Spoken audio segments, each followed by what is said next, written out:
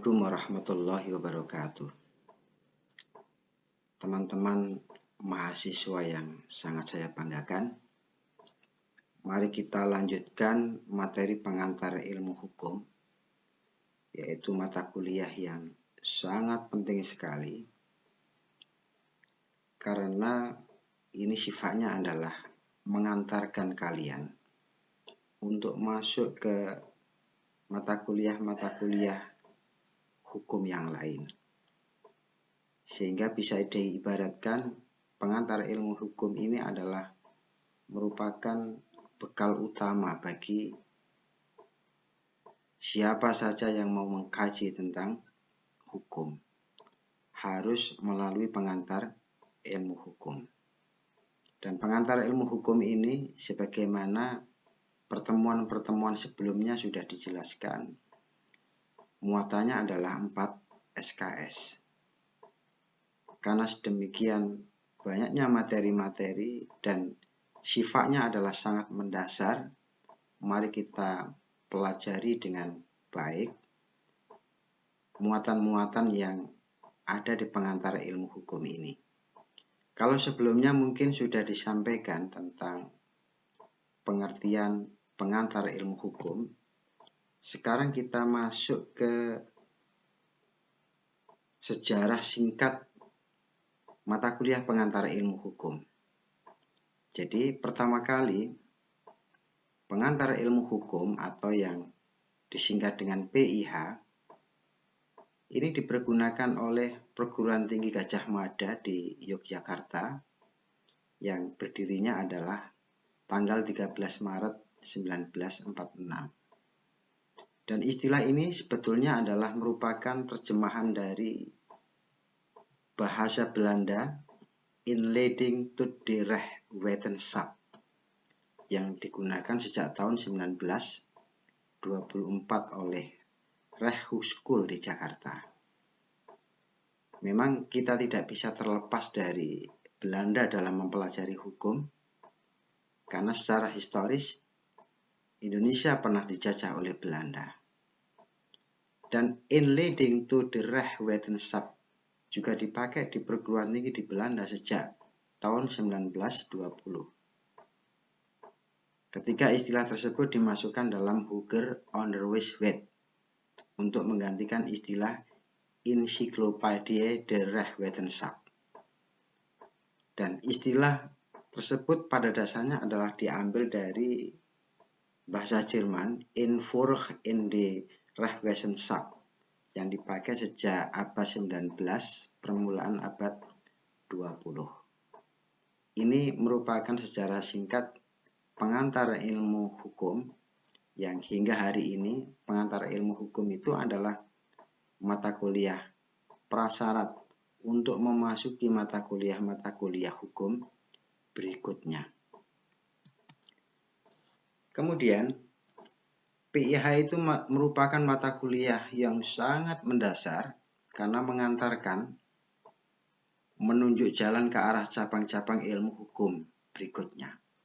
Seperti tadi yang sudah saya sampaikan, untuk mempelajari hukum di Fakultas Hukum harus melewati pengantar ilmu hukum. Karena dengan pengantar ilmu hukum inilah mahasiswa akan ditunjukkan ke arah cabang-cabang ilmu hukum berikutnya. Jadi ibaratnya pengantar ilmu hukum ini adalah merupakan kunci untuk masuk dalam sebuah gudang hukum. Dan dalam gudang hukum itulah Anda nanti akan mengenal satu persatu disiplin ilmu hukum yang akan diajarkan. Jadi tanpa melalui pengantar ilmu hukum, artinya Anda mau masuk ke dalam rumah tanpa menggunakan kuncinya. Kalau Anda tanpa menggunakan kuncinya dengan jalan paksa masuk ke dalam gedung tersebut atau gudang tersebut, sudah dipastikan Anda tidak akan mampu mengenal macam-macam hukum yang ada di dalam gudang itu.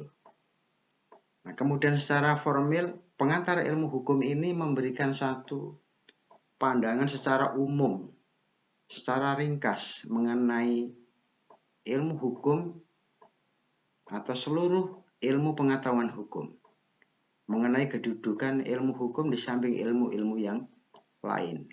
Dari sini kita menjadi sangat jelas sekali posisi pengantar ilmu hukum sebagai mata kuliah yang sangat mendasar yang mengantarkan kepada kita ke cabang-cabang ilmu hukum berikutnya. Dan pengantar ilmu hukum memberikan pandangan secara ringkas mengenai seluruh ilmu hukum yang akan kita pelajari nanti. Pengantar ilmu hukum ini merupakan pengantar untuk mempelajari hukum. Jadi pada dasarnya pengantar ilmu hukum ini tidak menunjuk pada suatu sistem hukum tertentu.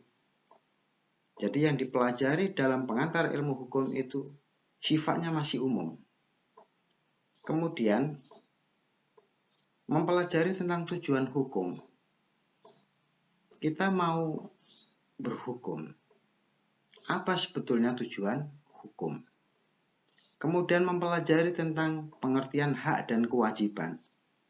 Di situ nanti kita akan ditunjukkan apa itu pengertian hak dan apa itu pengertian kewajiban. Baik hak maupun kewajiban, dua hal ini adalah isi atau muatan di dalam hukum. Dalam hukum apapun, di dalamnya itu berisi tentang hak dan kewajiban. Kemudian mempelajari juga tentang pengertian-pengertian dalam hukum. Beberapa disiplin hukum yang nanti akan kita pelajari di semester-semester berikutnya, dalam pengantar ilmu hukum ini kita akan ditunjukkan apa pengertiannya. Kemudian mempelajari tentang sumber-sumber hukum. Ini menjadi sangat penting sekali. Karena ketika kita mempelajari hukum sementara satu sisi kita tidak mengerti sumbernya hukum itu dari mana. Ini juga menjadi sesuatu masalah tersendiri bagi siapa saja yang belajar tentang hukum. Kemudian pengantar ilmu hukum mempelajari tentang aneka sistem hukum yang ada dalam masyarakat. Jadi ada hukum yang tertulis, ada hukum yang tidak tertulis. Ada hukum yang terkodifikasi, ada hukum yang hidup di tengah masyarakat. Dalam pengantar ilmu hukum ini kita nanti akan diperkenalkan sesungguhnya hukum yang hidup itu yang seperti apa. Sesungguhnya hukum yang dikodifikasi itu seperti apa. Ada beberapa istilah dalam menggunakan hukum itu. Pertama, ada istilah law, ya. Dalam bahasa Inggris kita mengenal kata-kata law. Ini setidaknya mengandung dua arti. Pertama adalah preskripsi mengenai apa yang seharusnya dilakukan dalam mencapai keadilan. Preskripsi itu adalah menjelaskan mengenai apa yang seharusnya dilakukan dalam mencapai keadilan. Sehingga hukum itu dalam pengertian yang pertama ini adalah apa yang seharusnya dilakukan ya ketika dalam mencapai keadilan. Jadi ketika berbicara tentang apa yang seharusnya dilakukan dalam rangka mencapai keadilan, ini sudah lingkup dari hukum dan hukum memberikan penjelasan tentang itu. Kemudian kedua, law berarti aturan perilaku yang ditujukan untuk menciptakan ketertiban masyarakat. Jadi, hukum nomor 2 ini adalah sebuah aturan, ya, aturan perilaku, dan aturan perilaku ini dalam rangka untuk menciptakan ketertiban masyarakat. Pada saat kita berbicara law, satu sisi adalah kita akan dijelaskan bagaimana untuk mencapai keadilan. Kemudian di sisi yang lain, ketika kita berbicara hukum, kita berbicara tentang aturan perilaku. Dan aturan perilaku itu ditujukan untuk menciptakan ketertiban masyarakat. Dua hal ini adalah hal yang sangat melekat pada law, pada hukum dengan arti law. Kemudian yang kedua, hukum juga seringkali disebut dengan kita lanjutkan. Setelah kita mempelajari beberapa istilah asing hukum, yang tadi adalah sudah kita jelaskan tentang law, kemudian ada juga dalam istilah bahasa Latin yang disebut dengan jus, ya. Bahasa Prancisnya droit, kemudian bahasa Belanda dan Jermannya adalah recht, dan dalam bahasa Indonesia adalah tentu hukum. Yang tentu hukum itu sendiri adalah sebuah bahasan serapan dari Arab. Istilah hukum sendiri dalam bahasa Indonesia sebetulnya tidak pernah kita temukan dalam bahasa asli Indonesia, karena hukum ini adalah serapan dari bahasa Arab hakama yahkumu hukman. Hakim adalah kata kerja daripada hukum. Jadi nanti coba dalam bahasa Indonesia ditanyakan kira-kira istilah hukum dalam bahasa Indonesia murni itu apa. Kemudian ada juga istilah lex, ya. Kemudian Prancis loi, Belanda wet, kemudian bahasa Jerman Gesetz, kemudian dalam bahasa Indonesia undang-undang. Nah, nanti dalam kelanjutannya ketika kita sudah masuk ke materi hukum konstitusi, antara hukum dengan undang-undang itu sudah berbeda. Nah, ini istilah-istilah penting yang harus kita ketahui ketika kita mempelajari pengantara ilmu hukum. Kapan kita menggunakan law, kapan kita menggunakan jus, kapan kita menggunakan wet, kapan kita menggunakan hukum, dan kapan kita menggunakan undang-undang. Apakah undang-undang itu adalah hukum, atau hukum itu sendiri adalah undang-undang? Ini menjadi sangat penting sekali. Kemudian ada juga istilah law dalam bahasa Inggris yang sesungguhnya itu adalah kata lagu. Jadi aturan-aturan yang dibuat oleh raja-raja Anglo-Saxon, nanti Anda akan ditunjukkan bahwa di dunia ini ada dua mazhab besar hukum, ada mazhab Anglo-Saxon dan ada mazhab civil of law system. Ya, tapi tidak akan saya jelaskan di sini.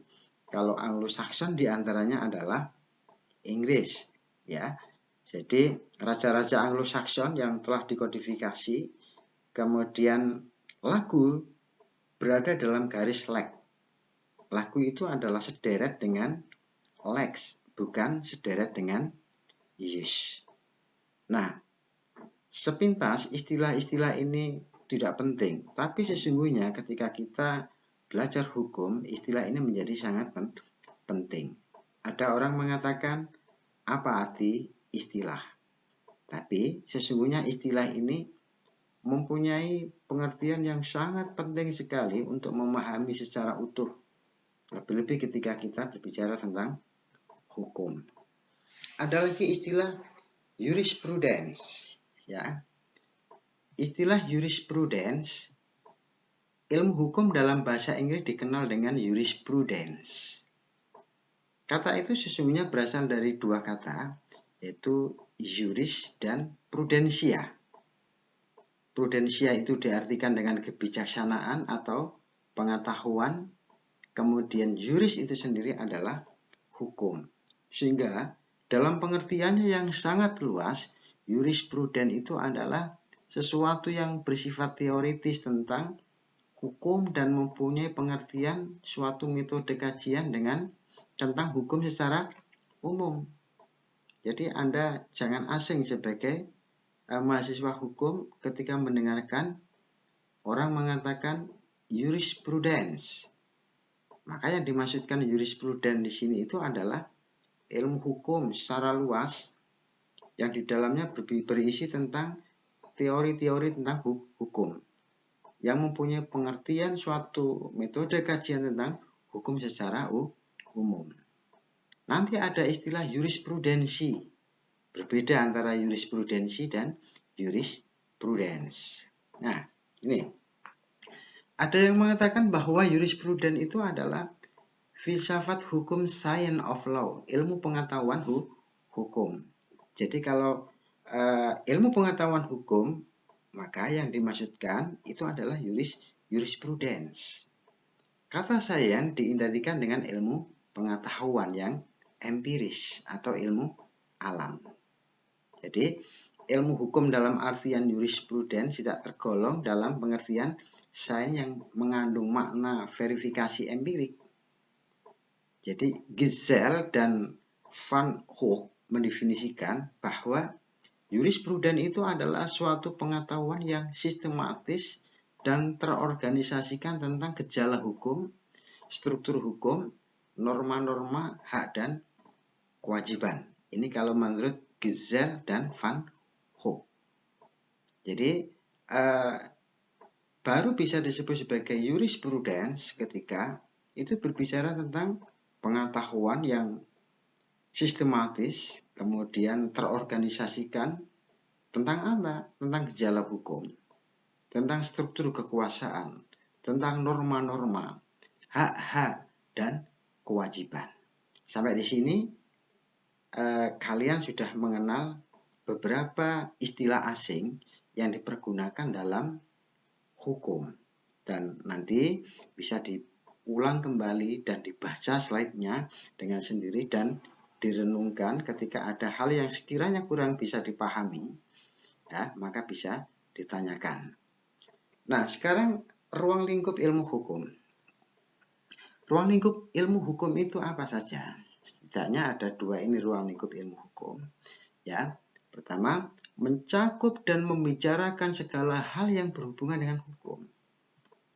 Karena luasnya masalah yang dicakup oleh ilmu hukum, ada satu pandangan yang mengatakan bahwa batas-batasnya itu tidak bisa ditentukan. Karena sedemikian luasnya ilmu hukum itu. Kemudian kedua, ilmu hukum tidak mempersoalkan suatu tatanan hukum tertentu yang berlaku di suatu negara. Jadi ketika kita berbicara tentang ilmu hukum, itu berarti secara universal. Jadi tidak hanya membicarakan hukum dalam satu negara atau yang seringkali disebut dengan jus constitutum, hukum yang berlaku di suatu negara tertentu. Tapi ketika kita berbicara tentang ilmu hukum, berarti mencakup tatanan hukum yang universal. Makanya nanti kita juga berbicara tentang hukum yang berkembang di negara-negara lain. Kita akan berbicara tentang teori-teori hukum yang berkembang di dunia. Tidak hanya teori-teori hukum yang berkembang dalam suatu negara. Itu ruang lingkup ilmu hukum. Kemudian apa tujuan mempelajari hukum? Banyak sekali, ya. Dan Anda sendiri saya yakin akan mampu menjelaskan kenapa Anda mempelajari hukum dan kenapa Anda tertarik untuk masuk ke fakultas hukum, dan berarti Anda mempunyai keinginan untuk mempelajari hukum. Nah, setidaknya ini ada beberapa tujuan mempelajari hukum. Pertama adalah mempelajari asas-asas yang pokok dari hukum. Jadi dalam hukum itu ada asas-asas yang pokok, ada asas-asas yang mendasar. Setiap hukum pasti di dalamnya itu terdapat asas-asas. Kemudian yang berikutnya adalah mempelajari sistem formal dari hukum. Jadi dari hukum itu ada sistem formalnya. Jadi ada hukum secara formil dan ada hukum secara material. Nanti akan kita bahas. Kemudian mempelajari konsep-konsep hukum dan arti fungsionalnya dalam masyarakat. Ini juga sangat penting sekali. Jadi konsep-konsep hukum dan fungsinya di masyarakat itu seperti apa?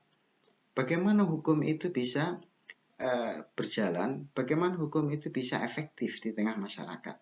Ya, sejauh mana kepatuhan masyarakat itu terhadap hukum? Apakah kepatuhan masyarakat terhadap hukum itu adalah akan berpengaruh terhadap efektivitasnya sebuah hukum? Nah, itu termasuk nanti yang akan Teman-teman mahasiswa yang berbahagia, tadi kita sudah mengkaji bahwa di antara dari tujuan mempelajari hukum itu mempelajari konsepsi-konsepsi hukum dan arti fungsionalnya dalam masyarakat. Apa fungsi hukum itu di tengah masyarakat? Ada istilah Kikiro, ubi societas ibis jus, di mana ada masyarakat, di situ ada hukum. Berarti hukum dan masyarakat itu dua hal yang saling melengkapi. Jadi masyarakat itu membutuhkan hukum, karena dengan hukum itulah masyarakat akan menjadi tertib. Kemudian tujuan mempelajari hukum berikutnya adalah mempelajari kepentingan-kepentingan sosial apa saja yang dilindungi oleh hukum. Berarti hukum itu melindungi. Melindungi apa? Melindungi kepentingan-kepentingan sosial yang ada di tengah masyarakat. Ambil contoh misalnya hari ini baru rame-ramenya disahkannya Omnibus Law Cipta Kerja yang kemudian memicu terjadinya demonstrasi yang dilakukan oleh para buruh. Karena para buruh menganggap kepentingan-kepentingan mereka itu tidak dilindungi oleh lahirnya hukum tersebut. Nah, ini menjadi sangat menarik untuk kita perbincangkan sesungguhnya. Menjadi sangat menarik sekali untuk kita diskusikan ketika kita berbicara tentang kepentingan-kepentingan sosial apa saja yang dilindungi oleh hukum. Karena hukum mestinya adalah memberikan perlindungan. Tapi faktanya kadangkala hukum itu tidak melindungi.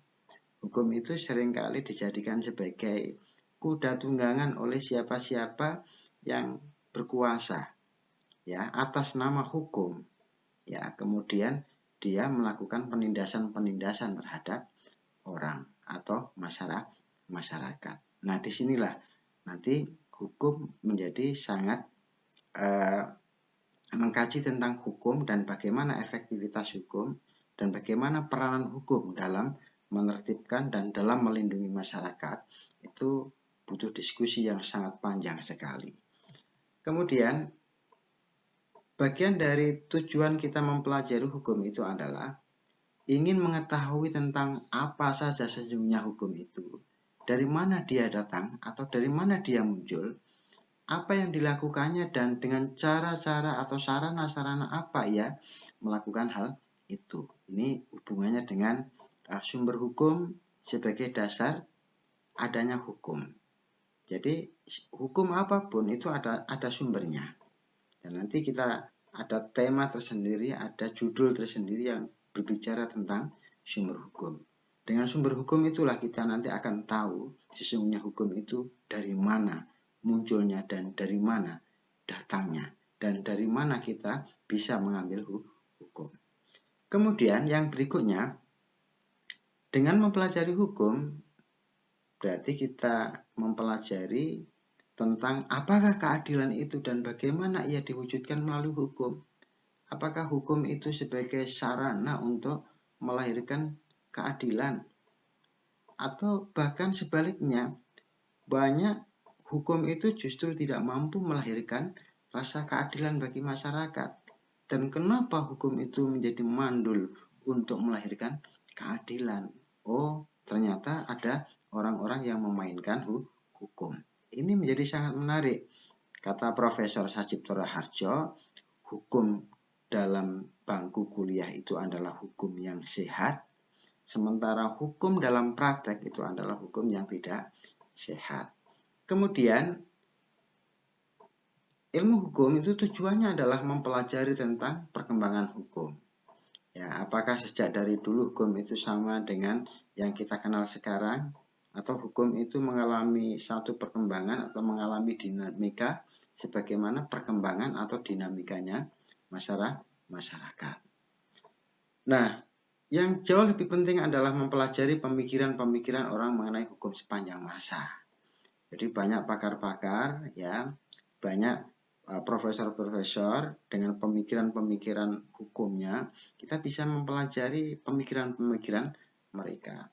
Kemudian mempelajari bagaimana sesungguhnya kedudukan hukum itu di dalam masyarakat. Seperti tadi kata Kikero, di mana ada masyarakat, di situ ada hukum. Dan bagaimana kedudukan hukum itu di masyarakat. Dan bagaimanakah sifat-sifat atau karakteristik daripada ilmu hukum itu sendiri. Setidaknya itulah tujuan kita mempelajari hukum. Dan yang terakhir, ini tugas untuk kalian. Buatlah opini tentang hukum dan ketertiban. Minimal 2 halaman dengan sistematika, pendahuluan, kemudian buatlah rumusan masalah. Ya, paling tidak 2 rumusan masalah, kemudian Anda bahas. Minggu depan dikumpulkan melalui email atau melalui GC ya. Itulah yang bisa saya berikan dalam pertemuan ini. Ya, kita berbicara tentang sejarah, kemudian kita berbicara tentang tujuan hukum, apa manfaatnya kita mempelajari hukum. Mudah-mudahan bermanfaat dan setidaknya ini adalah merupakan pengantar kita untuk mempelajari pengantar ilmu hukum lebih lanjut. Mudah-mudahan bermanfaat. Assalamualaikum warahmatullahi wabarakatuh.